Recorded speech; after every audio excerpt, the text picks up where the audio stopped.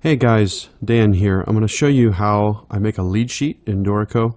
Just going to kind of walk through some of the steps, and along the way I'm going to touch on a lot of the features of Dorico that apply to lots of other projects as well. I opened up a new project and I'm going to click on Add Solo Player. Then I'm going to just start typing lead and you'll see that it appears. Just need to hit enter. You'll see that I'm in setup mode right now.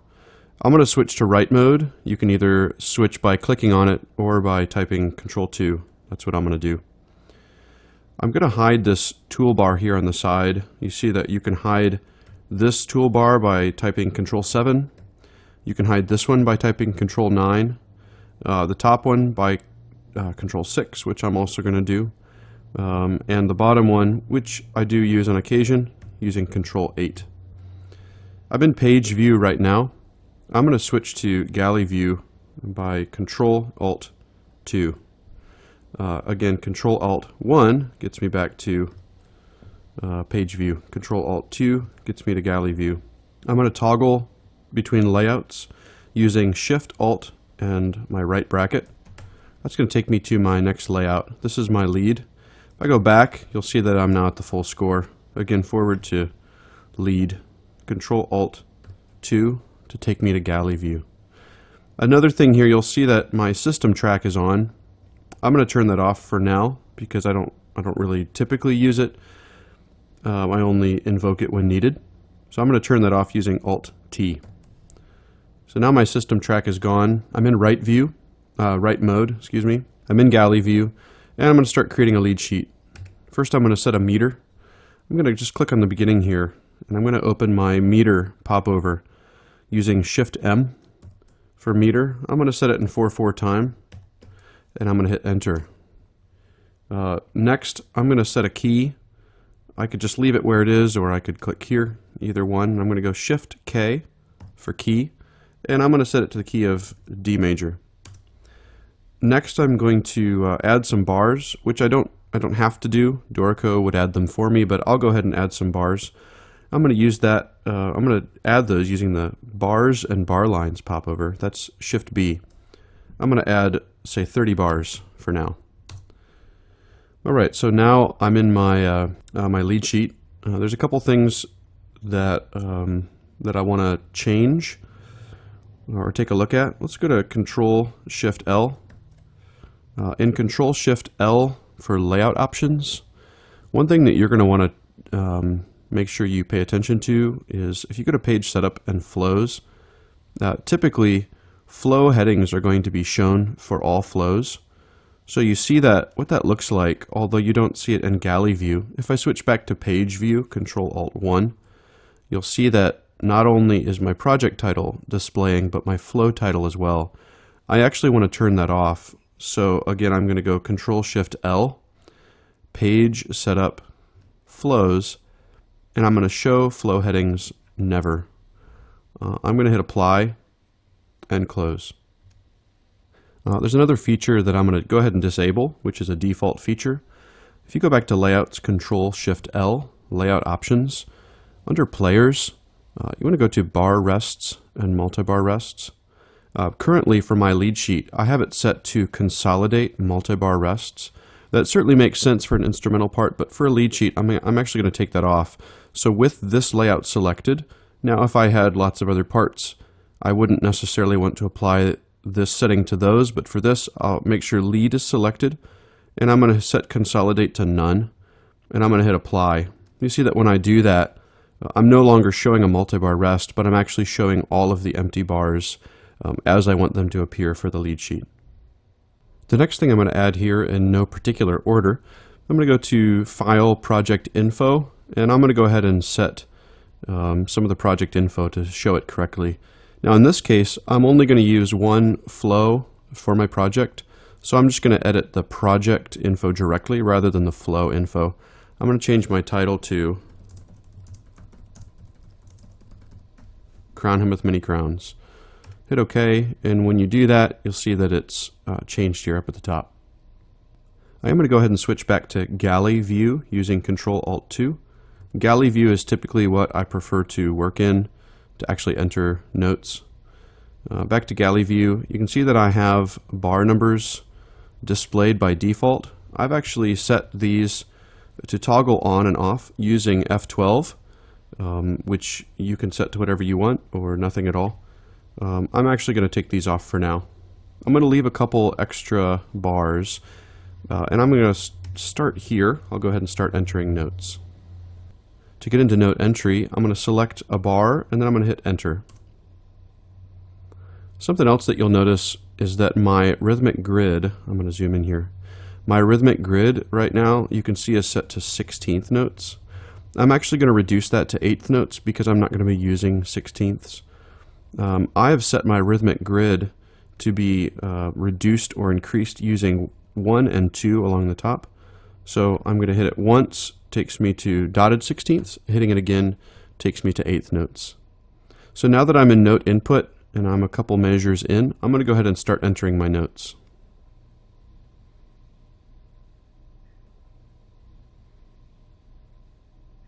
Now for this, you'll see that the next note I'm going to enter is going to be a D, but it's going to be in the wrong register because Dorico always chooses the closest one. So what I've done is I've mapped on my full numeric keypad on the right side, I've mapped octave transposition to the minus and plus button. So I'll go ahead and enter it, and then I'll just press minus to bring it down an octave.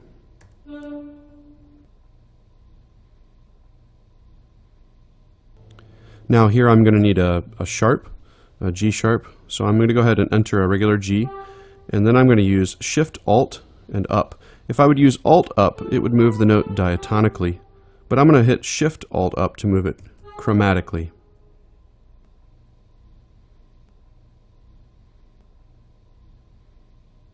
Here's another case where I need a B and it's going to be in the wrong register. So I'm going to go ahead and enter it and then just hit plus because I've mapped plus and minus to shifting the octave up or down.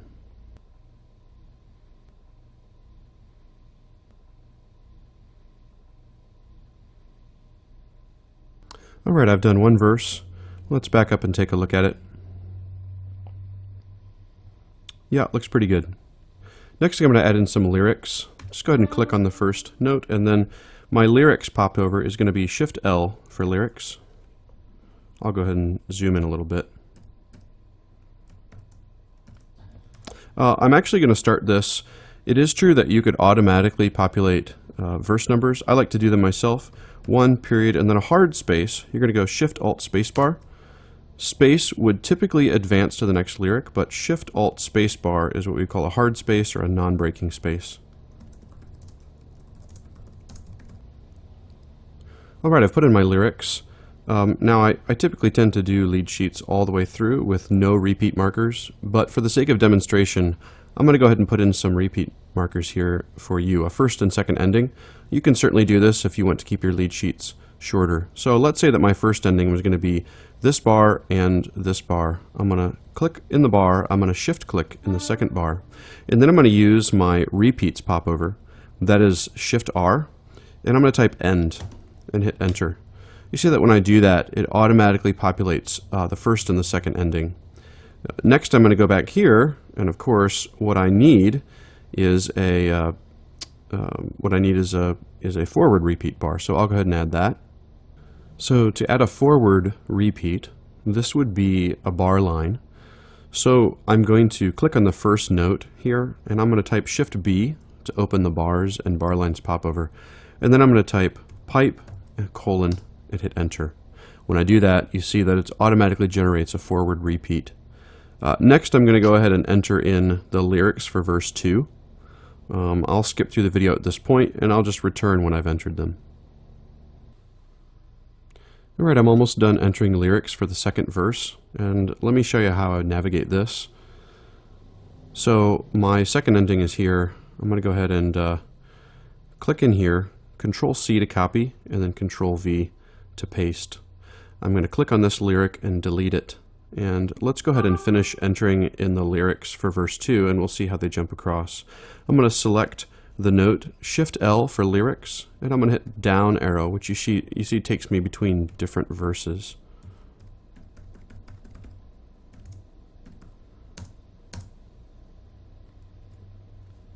Now, when I hit a space bar, you see that it automatically creates a lyric extender, which I don't want. So I'm going to go back to this. I'm going to hit enter. And I'm going to type so, and then I'm just going to escape. And that way, if I don't advance on a space bar, it's going to prevent the lyric extender. And I'm going to add the word bright right here. Shift L, go down to verse 2, bright, period, and enter. Now, next, let's say that I'm going to have an interlude. Now, let's say my third verse is going to start right here. A couple different ways that I could do this. I could go ahead and copy this information here. I'm going to select here. I'm going to go all the way to here. And I'm going to filter select just the notes, not the lyrics. So I'm going to right click, select my filter, select only notes and chords. When I do that, you see that the lyrics are deselected. Now I can hit copy. I can go over, let's say here, and Control V to paste. Now, since this is verse 3, on this verse I'm actually going to have the band out at this point. So my rhythm is going to be out right here at this measure. So to do that, I'm just going to write a text indication using the text popover. That is Shift X. If I type Shift X and type band out, you see that I have already set this default style to be something that I want. Minion Pro, italic, and a certain size. I might actually make it a little bit smaller. Yeah, let's go 8.5. So you see that this is a text tool that you can place really wherever you want. Now before I go any further, I'm going to go ahead and add some double bar lines and some rehearsal marks. So let's go back to the beginning.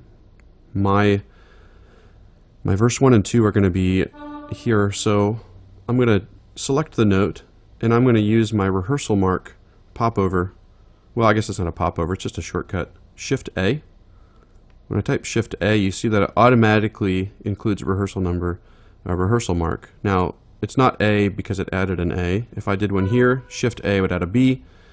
If I put one here, a C. If I did one here, you can see that it'll automatically change the order of them accordingly. So let me just delete these. Now, there's several different ways that you can do these. You can have them display bar numbers. You can have them display sequential numbers. Let me show you two tricks that you may want to use with this. When you have anything selected, you can at the bottom open up the Properties panel. And for whatever you have selected, you'll see that the options at the bottom are going to change depending on what kind of thing that is. When I have a rehearsal mark selected, I have some options that I can do with that. Now, let's say I wanted this to actually just say verse 1. So I could use the text popover, Shift X, and then I could box that text, but instead I'm going to use the index here. You see that when I increase the index number, it changes the letter. And it's a way of manually changing the letters to kind of break them from their sequential order. I know that V happens to be 22. So I'm going to select 22, and then in my suffix, I'm just going to go verse 1. I guess it would be verse 1 and 2. Now, I actually don't prefer to do it that way. I like to have sequential rehearsal marks for my orchestral musicians that may be playing along, but I also want to have descriptive marks for my band. So what I actually prefer to do is turn off the index and turn off the suffix. Let's to remove those, and then I'm just going to go verse 1, 2. This is both sequential and descriptive, and I definitely prefer this. So then here, I would add another rehearsal mark. Again, Shift A. And we'll go down to suffix, and I'm going to set this to verse 3. If this were a longer interlude, I might actually indicate this. Shift A, perhaps something like this. But because it's pretty short, I don't really need to put a rehearsal mark there. Now, wherever you have a rehearsal mark, it's helpful to have a double bar line to help delineate it. So I'm going to select this first note, and just like I added Shift B, pipe, and colon to have a certain kind, now I'm going to go Shift B, and I'm going to do a double pipe, which you see adds a double bar line here. All right, next let's go back to the beginning. One of the things that I prefer about lead sheets instead of chord charts is that they're able to convey a lot more information on the sheet, more than just the chords, and really a requirement on knowing what the song sounds like. So to my lead sheet, I'm actually going to add some melodic material for a melody or a lead instrument in my interludes, intros, and outros to help give the song a sense of unity, of melodic cohesion. So let's say that I wanted to retrofit my lead sheet with a pickup. What I could do is I could click on the time signature, I could hit enter, and you see that I have the ability to edit this time signature. So the way that you enter a pickup is you enter the time signature and then a comma and then the number of beats for the pickup that you want it to be. Let's say I wanted 1.5 beats. I would go 1.5. The only problem is that when you do this, you see that it really breaks everything and it actually inserts the material. So there are a couple different ways that you can do this without affecting what you've already done. If you come back and you say that you want a pickup later, the easiest one is going to be to turn on insert mode. You can find insert mode here. You can either click here or you can simply press I and you see that it's selected. Now when I go to edit my time signature to include a pickup, you'll see that it no longer shifts everything in a way that I don't want it to. Let's see how many bars I want here.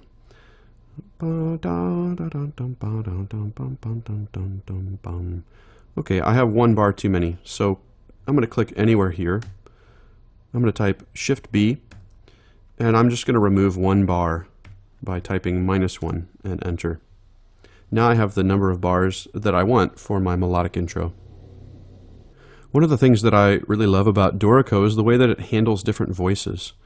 Now, in order to deal with some different voices, I'm going to recommend at the beginning that you turn on voice colors.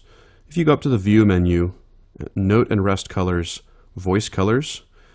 Now, right now, everything is blue because I only have 1 voice, but in a minute, as I add some different voices, you're going to see how the colors change. And I recommend this at the beginning so that you're careful about your voice management so that it doesn't catch you by surprise when you're copying or pasting or working with multiple voices. The first thing I'm going to do is I'm going to click on this and hit enter to go into note input mode. I need to remember to get out of insert mode, which I was in previously. You'll see that the caret has changed, so I'm going to type I to go out of insert mode. Now if you look beside the caret, you see a little quarter note with stem up. This is to indicate that the voice that I'm working in currently is an up stem voice 1. And what I actually want to do is to create a new voice. I'm going to do that by holding down Shift and pressing the letter V. Now, when I do that, this wants to create, by default, a downstem voice, which typically makes sense. But with Shift still held down, I haven't lifted off Shift yet, I'm going to hit V again. And this essentially is cycling through my options, and now it's giving me another voice, but this is another upstem voice, which in this case is what I want. Now with upstem voice 2 selected, I'm going to go ahead and enter my melodic intro.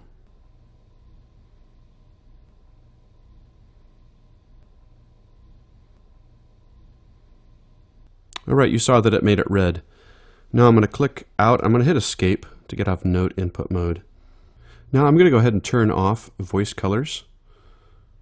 I'm going to go to View, Note and Rest Colors, and set to None. The other thing that I'm going to do, I'm going to go ahead and hide these signposts. I don't really prefer to see them, although sometimes it's certainly helpful. For that, you would go to View, Signposts, and Hide Signposts. You see that I've set this as a shortcut as well. This is not a default shortcut, but I've set it to be F10.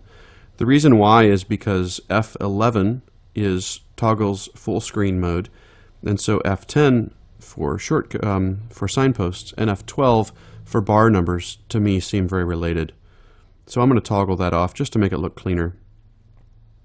Now I'm going to do a couple things with these notes that I've just entered. Remember, these are in a different voice than my melody. So I'm going to click on the first note and I'm going to hold down Shift and I'm going to click on the last note. You see that that selects everything. And when I do that, because these are selected, I'm going to have some different choices in my properties panel. But it just so happens that the only properties at this point that I'm going to want are the properties at the bottom that are always visible, or almost always, and those are called the common properties. The first thing I'm going to do is I'm going to toggle on muted, and I'm going to check the box. Because when I play this back, if I have other instruments, I'm not going to want this line to play, per se. The next thing that I'm going to do is I'm going to toggle on scale, and I'm actually going to make these notes a little smaller. I'm going to set them to Q size. Now you do have the option as well of setting a custom scale to whatever percentage you want, but I'm actually just going to use Q scale. It works well for me. Now it is really important to know that when you do this, when you make any changes in the properties panel, if you are in one particular layout, here you see that I'm in the lead sheet layout. If I right now were to switch to the full score layout, you'll see that these have not been reduced in size, and in fact they're not muted.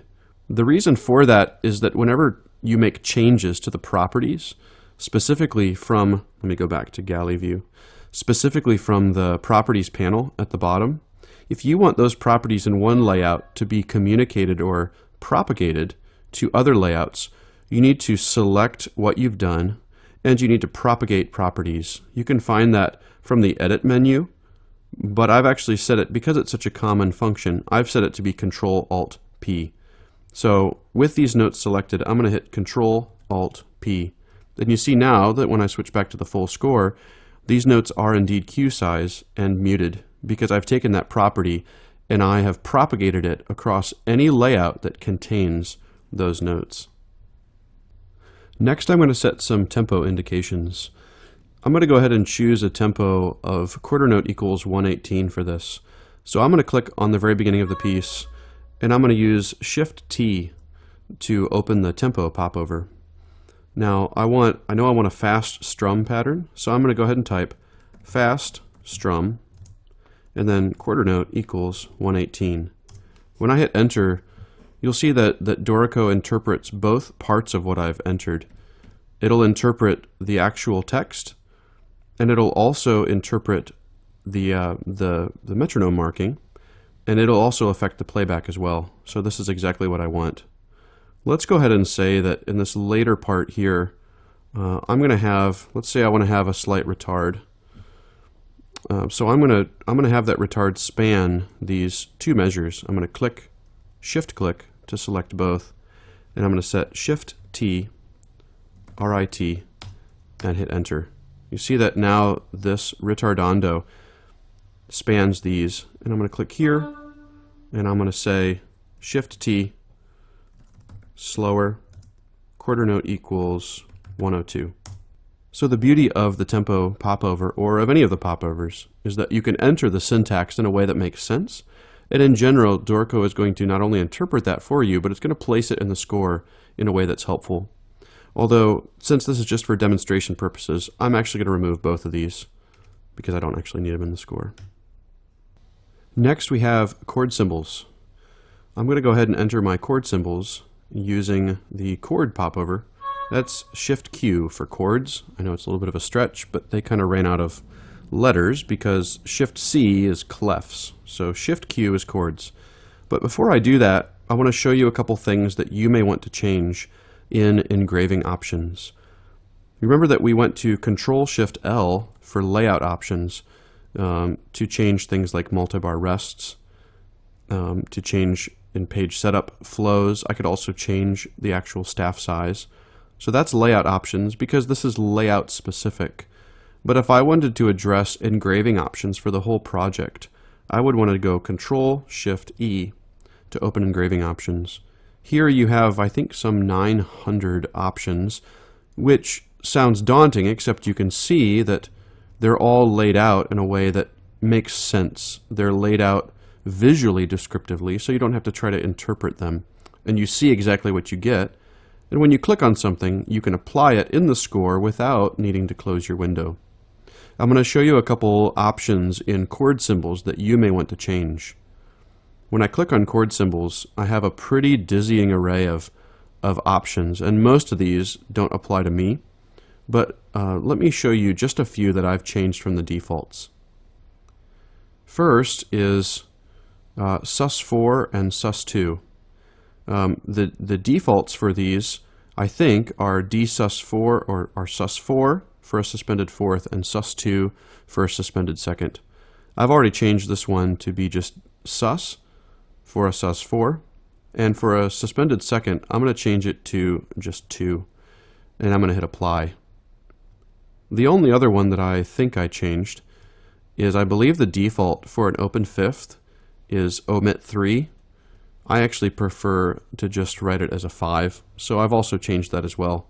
Once you make these changes, you can go to Save as Default, and you can then set these defaults for all future projects.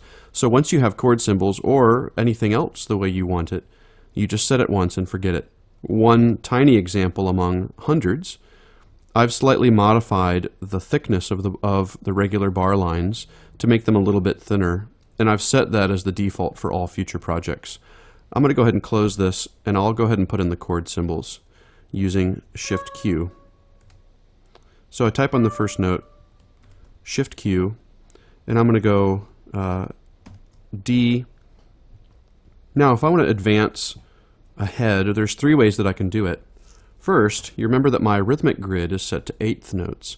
So although you don't see the grid right now, I can still function within the grid. If I hit the over arrow, it has in fact advanced by an 1/8 note. So that's one way that I could advance. Another way that I could advance would be by the space bar, which is going to advance by 1 beat. Now in this case, I actually only here want 1 chord in the entire bar, so the third way that you can advance is by tab. And tab, in fact, takes you to the next downbeat. So the 3 ways to advance are by arrow to advance in little increments along the rhythmic grid, by spacebar to advance to the next beat, and by tab to advance to the next downbeat. I'm going to go ahead and put in some of these chord symbols now. I'll go through pretty quickly.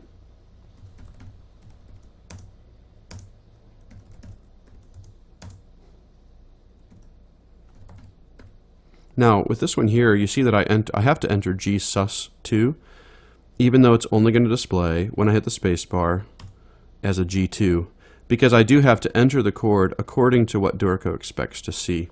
Here, however, I do just need to enter, which actually, to be honest, is not really consistent. But here I am able to enter A sus, and it interprets it as what I want, an A sus4 chord. Now remember, I'm going to advance the next by using tab, G, tab.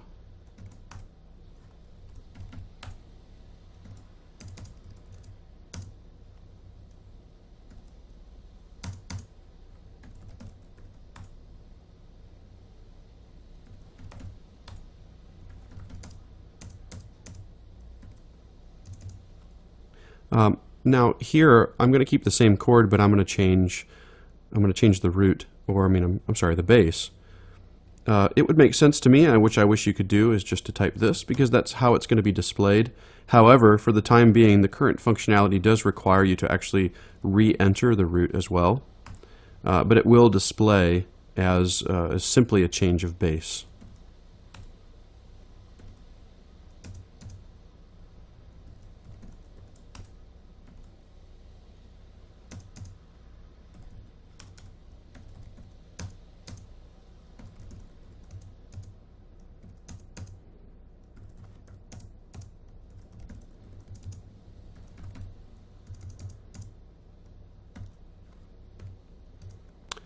Now let's suppose for this section here that I actually want to specify some kind of melodic motion to lead into this quieter verse.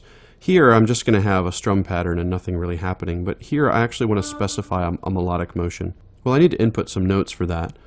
So I'm going to hit enter to go into note input mode. Now it's very important to remember that I have 2 voices that already exist in this staff. I have an upstem voice 1 and I have an upstem voice 2. They're already created, so what I don't want to do is hit Shift V, because I'll then create another one. And this is where voice management is important, because you'll start creating voices all over the place. Instead, all I want to do is hit V to toggle between whatever existing voices I have. Now if you're not sure what you have, you can either turn on voice colors, or you can right click. Now this is a handy way. Select voices, and just hit change voice, and I'm not actually going to change it, but you can see these are the voices currently in the staff. Now if I were to add a new staff, let's say for a violin, that staff would only have an upstem voice 1, because whatever voices I create only apply to that staff. So I'm going to go ahead and use the voices that I have. I'm going to enter note input mode, and I'm going to hit V to toggle to my next voice. And I'll go ahead and enter a little melodic material here.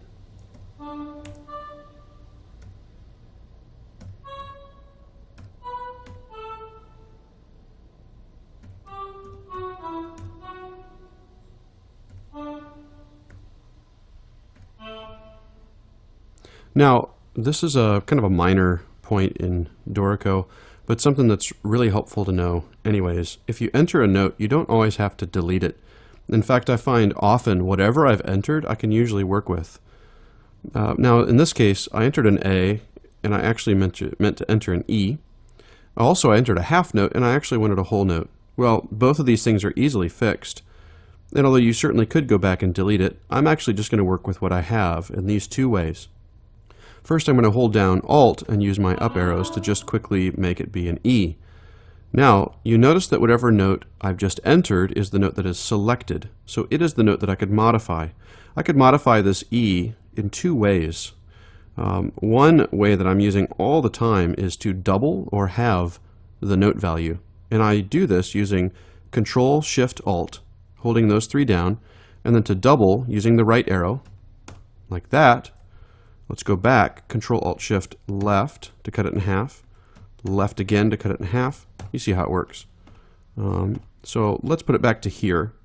The other way is that, remember, my rhythmic grid, which you can see here, is set to eighth notes. So I can lengthen or shorten this note on my rhythmic grid by using Shift, Alt, and left or right arrow. So I'll lengthen it again, and one more time. And the beauty of Dorico is that it automatically changes the note groupings based on the note duration. So I'm going to go ahead and hit Escape to get out of note input mode. Now there's a couple things that I want to do here. First, I want to make these notes cue sized and to mute them just as I did before.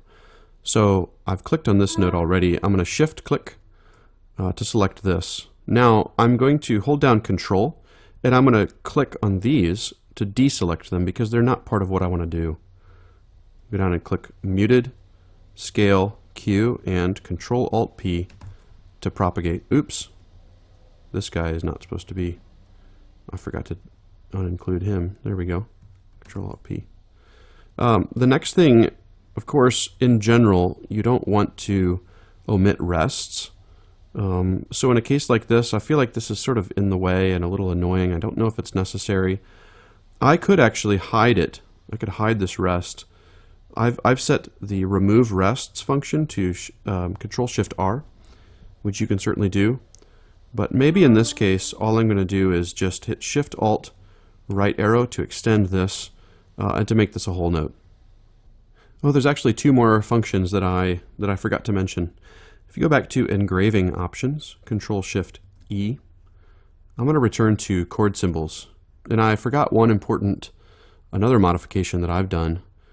Since I'm not typically working with chord symbols that are really long and elaborate, if you scroll all the way to the bottom, you start to see different kinds of functionality related not to appearance, but to actually position.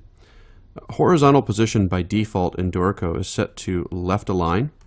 When I do that and hit apply, you'll see that all of my chord symbols are left aligned. I actually don't prefer that, although I can understand why that would be helpful for rhythmic specificity. So I've changed that to be center aligned. I'm going to hit apply there to put it back the way I want it.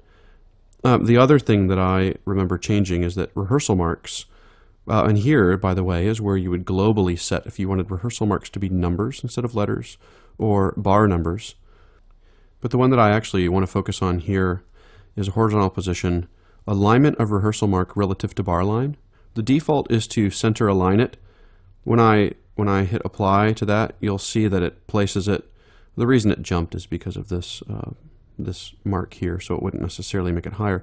But you see that it centers it on the bar line. I actually, in this case, prefer it to be left aligned.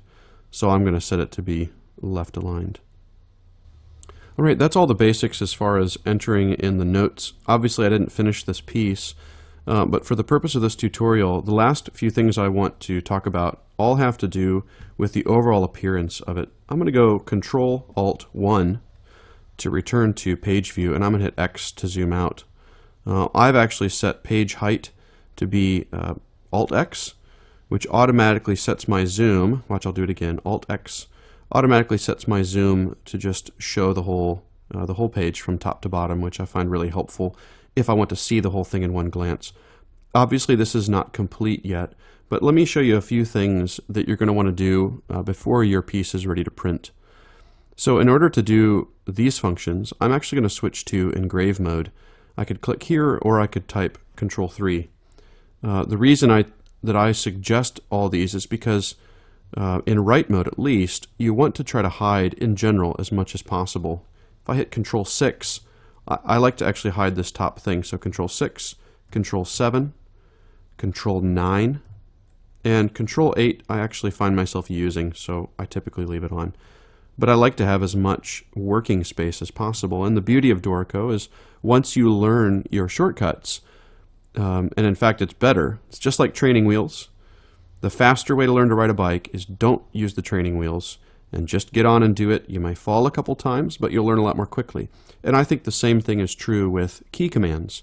It's a real temptation to keep these windows open and sort of help yourself with the mouse, but you'll find that your workflow is going to be much improved if you try as soon as possible to move away from them, that's what I'm going to do here. All right, I'm going to type Control-3. And I'm going to switch to engrave mode. Engrave mode has a lot of functionality, kind of a step up from write mode, by which you can customize lots of things. You see that when you click on elements, you now have more functionality than what you had before for those elements. You'll notice that you in fact cannot delete elements. If I hit the delete button, nothing happens. And the reason why is because engrave mode is non-destructive. You can move things around more freely, whereas in write mode you cannot do that. In engrave mode, I want to focus on a couple really specific things. First of all, for lead sheets, you typically want to have more space, so you can reduce the number of, or so you can increase the number of systems that you can fit on a page.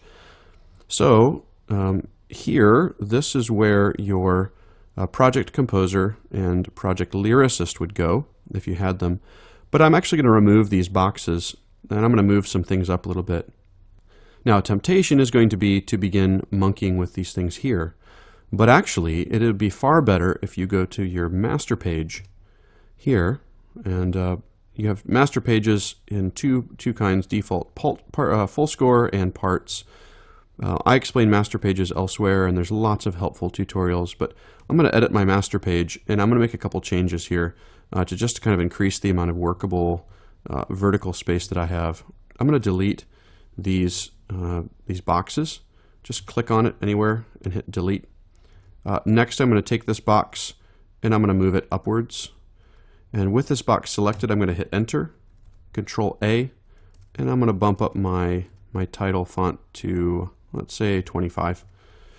You see, when I do this, I now can increase my music frame, increase the amount of space that I have available.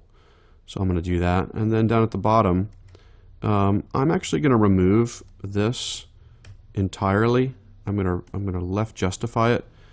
And you could use tokens for this, which automatically populate the information based on the project info that you've put in. But in a case like this, I'm just going to leave it blank and put in the information as I need it.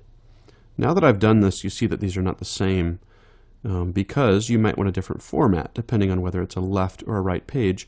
So I've done the work here, and I'm going to copy the page layout to the other side. I'm going to hit apply, and I'm going to close. When I do that, you see that my information is updated here, and in fact, I do have now more space on this page with which I can fit my music.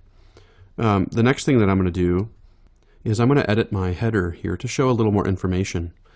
So this would not be using a first master page, but a default master page. If I had 30 pages, pages 2 through 30 would use this default master page. So I'm going to double click on this and I'm going to edit it.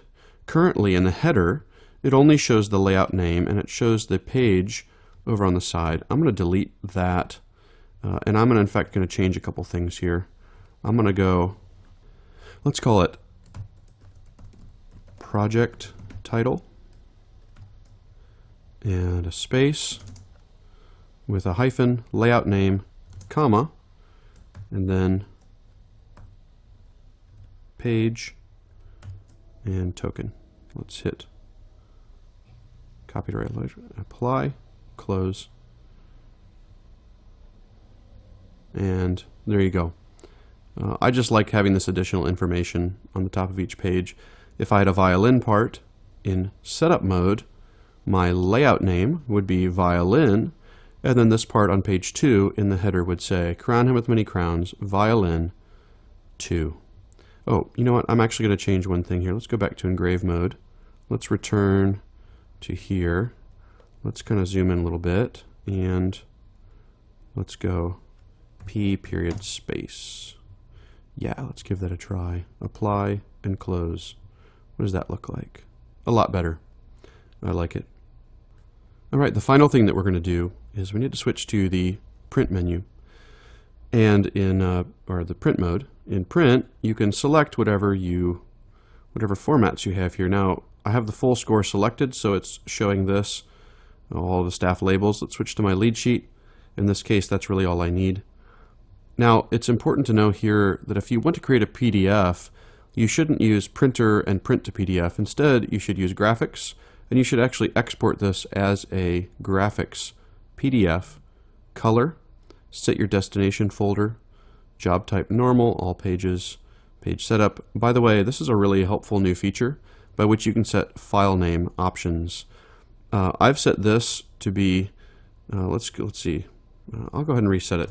Let's go project file name, so this will be crown him with many crowns, underscore, let's go underscore, then I'm going to go layout name. No, let's do layout number. Because if I have a whole bunch of parts, I'm not going to want them to be in alphabetical order in my file explorer. I'm going to want them to be in numerical order. So I'm going to go layout number, and we'll do a space bar, layout name. Yeah, that looks good. All right, let's hit OK. Now when I would print this, it would print as crown him with many crowns, and you say, what about the layout number? That would be back here. So when I add parts, it automatically assigns numbers to them based on the order of which I add them. So this is going to output as crown him with many crowns underscore 01 lead, which is what I want. Now the final thing, let's say that you have a lot of these settings as you want them. I'm going to go ahead and let's pretend I've already saved this project, and I'm going to just hit Control A, and I'm going to literally delete everything. I'm going to go to project info, and I'm going to change it to title and hit OK. Now you see that what I have here, switch to galley view, I now have a very simple format with really no extra data whatsoever. But what I do have is a number of settings that I have the way I like them. Engraving options, layout options, and I actually recommend, because Dorico does not yet allow you to do templates, custom templates, all you can do is frankly make your own. A blank file with really no information in it. You see it's just one simple flow, maybe with a lead sheet, or you can go ahead and set up a template with all kinds of orchestral parts. Then just save this as a template and then set it to read only. And now you can import into this or start with this as a new project rather than beginning a new project. And you don't have to do all this engraving work over again. So that's an overview of lead sheets. That's how I make them. I hope that's helpful for you. I do offer private tutoring in Dorico. You can go to dankreider.com/Dorico and find more information there. Thanks for watching.